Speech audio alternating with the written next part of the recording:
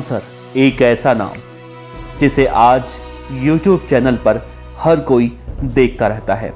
Khan sir के पढ़ाने का अंदाज इतना निराला है कि वो किसी भी टॉपिक पर अगर बात करते हैं तो हर किसी को बहुत ही अच्छे तरीके से समझाते हैं। खान सर को आज कौन नहीं जानता, लेकिन क्या आपको पता है कि खान सर का पूरा नाम क्या है? खान सर कितना पैसा कमाते हैं? खान सर की शादी हुई है कि नहीं हुई है? खान सर की गर्लफ्रेंड है या नहीं है? खान सर कितने पॉपुलर हो चुके हैं ये बताने की खैर हमको ज़रूरत नहीं है, लेकिन फिर भी हम आज खान सर के बारे में आपको बताने वाले हैं जिससे आप अनजान होंगे।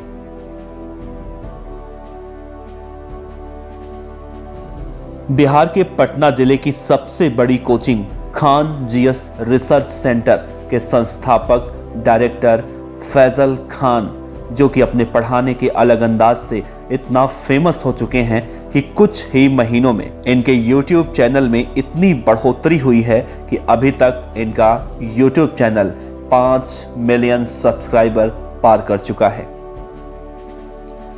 खान सर के पढ़ाने की विशेषता ये है कि ये अपनी बिहारी भाषा में, जो कि बहुत ही प्यारी भाषा है, बहुत ही सरलता से और सहजता से किसी भी टॉपिक को बहुत अच्छे तरीके से समझाते हैं।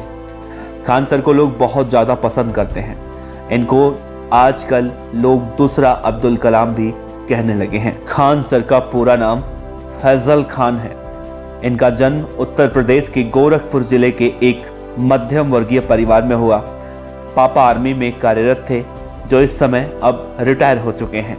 माँ एक हाउसवाइफ थी और इनका एक भाई जो अभी भी आर्मी में है, आर्मी में कमांडो के पद पर हैं।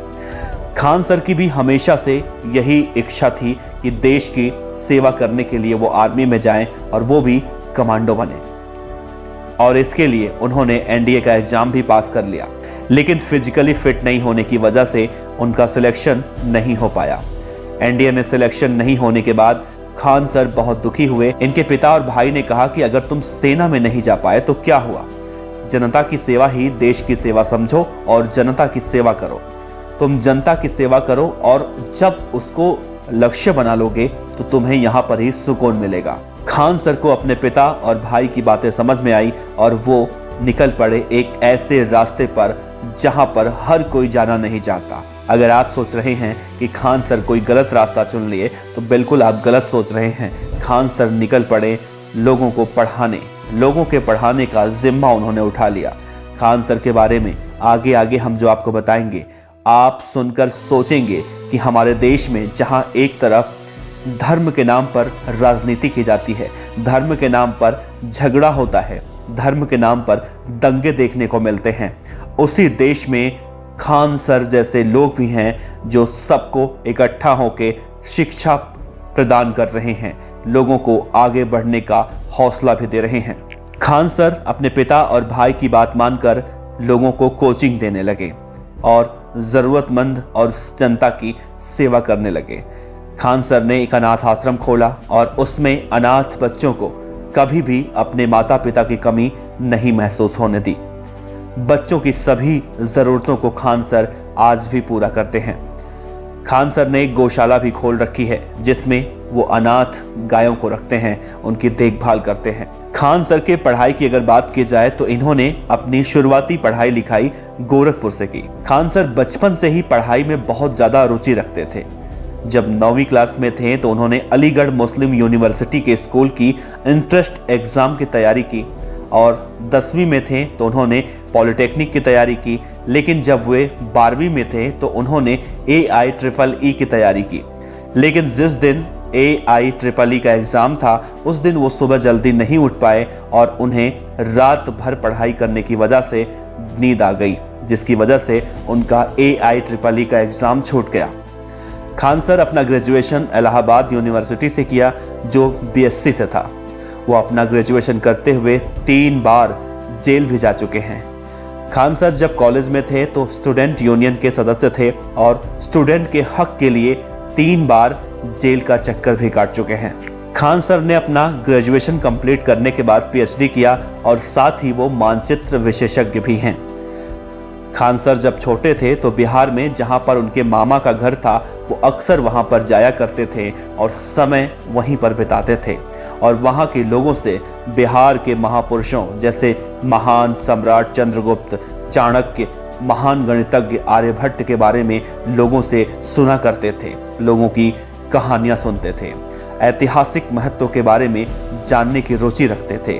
तो उन्हें महसूस हुआ कि राजनीतिक विरोधियों की वजह से लोग अच्छे से शिक्षा तक प्राप्त नहीं कर पा रहे हैं और बंधुआ मजदूरी कर रहे हैं।